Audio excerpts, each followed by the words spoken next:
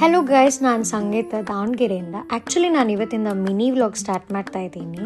ಇವತ್ತು ನಾವು ದೇವಸ್ಥಾನಕ್ಕೆ ಹೋಗ್ತಾ ಇದ್ದೀವಿ. ಇಲ್ಲಿ ಹತ್ತಿರದಲ್ಲಿ ನಮ್ಮ ಅಜ್ಜಿ ಮನೆ ಕೂಡ ಇದೆ, ಹಾಗಾಗಿ ಅಲ್ಲಿಂದ ಅವರನ್ನು ಹಾಗೆ ಕರ್ಕೊಂಡು ಹೋಗ್ತಾ ಇದ್ದೀವಿ.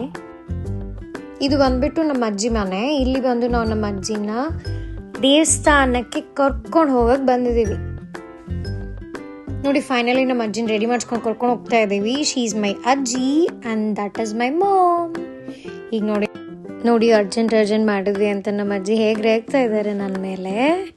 ಹಾಗೆ ಅಲ್ಲಿಂದ ನಾವು ಒಂದು ಹೋಟೆಲ್ ಹೋಗಿ ಅಮ್ಮ ಇಡ್ಲಿ ತಿಂದರು, ನಾನು ದೋಸೆ ತಿಂದೆ. ಹಾಗೆ ಬಿಲ್ ಪೇ ಮಾಡಿ ನಾವು ನೆಕ್ಸ್ಟ್ ಮಾರ್ಕೆಟಿಗೆ ಹೋದ್ವಿ.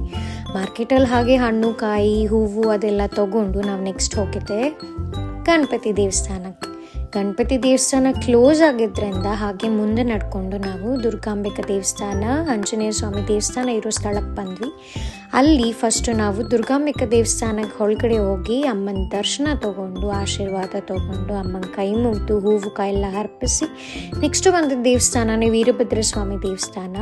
ಇಲ್ಲಿ ಮೊನ್ನೆ ಕಾರ್ತಿಕ ನಡೆದಿರೋದ್ರಿಂದ ಎಲ್ಲ ಡೆಕೋರೇಷನ್ಸ್ ಹಾಗೆ ಇದೆ. ಹಾಗೆ ಸ್ವಾಮಿಗೆ ನೋಡಿ ಹೇಗೆ ಅಲಂಕಾರ ಮಾಡಿದ್ದಾರೆ, ಎಷ್ಟು ಚೆನ್ನಾಗಿ ಅಲಂಕಾರ ಮಾಡಿದ್ದಾರೆ. ಅಲ್ಲಿಂದ ನಾವು ನೆಕ್ಸ್ಟ್ ಆಟೋಲ್ಲಿ ಹೊರಟಿ ಹೋಗಿದ್ದೆ ನಾವು ಚೌಡೇಶ್ವರಿ ದೇವಸ್ಥಾನಕ್ಕೆ.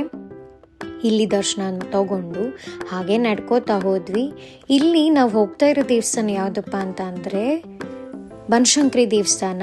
ಆ್ಯಕ್ಚುಲಿ ಇಲ್ಲಿ ಇವತ್ತು ಕಾರ್ತಿಕ ಇದೆ, ಬಟ್ ನಾವು ಬರೋ ಟೈಮಲ್ಲಿ ಆಲ್ರೆಡಿ ಟೆಂಪಲ್ ಕ್ಲೋಸ್ ಮಾಡಿದ್ರು. ಹಾಗಾಗಿ ಹೊರಗಡೆಯಿಂದ ದರ್ಶನ ತಗೊಂಡು ಅಲ್ಲೇ ಹಣ್ಣು ಕಾಯಿ ಎಲ್ಲ ಇಟ್ಟು ನಾವು ಮನೆಗೆ ಬಂದ್ವಿ. Thank you.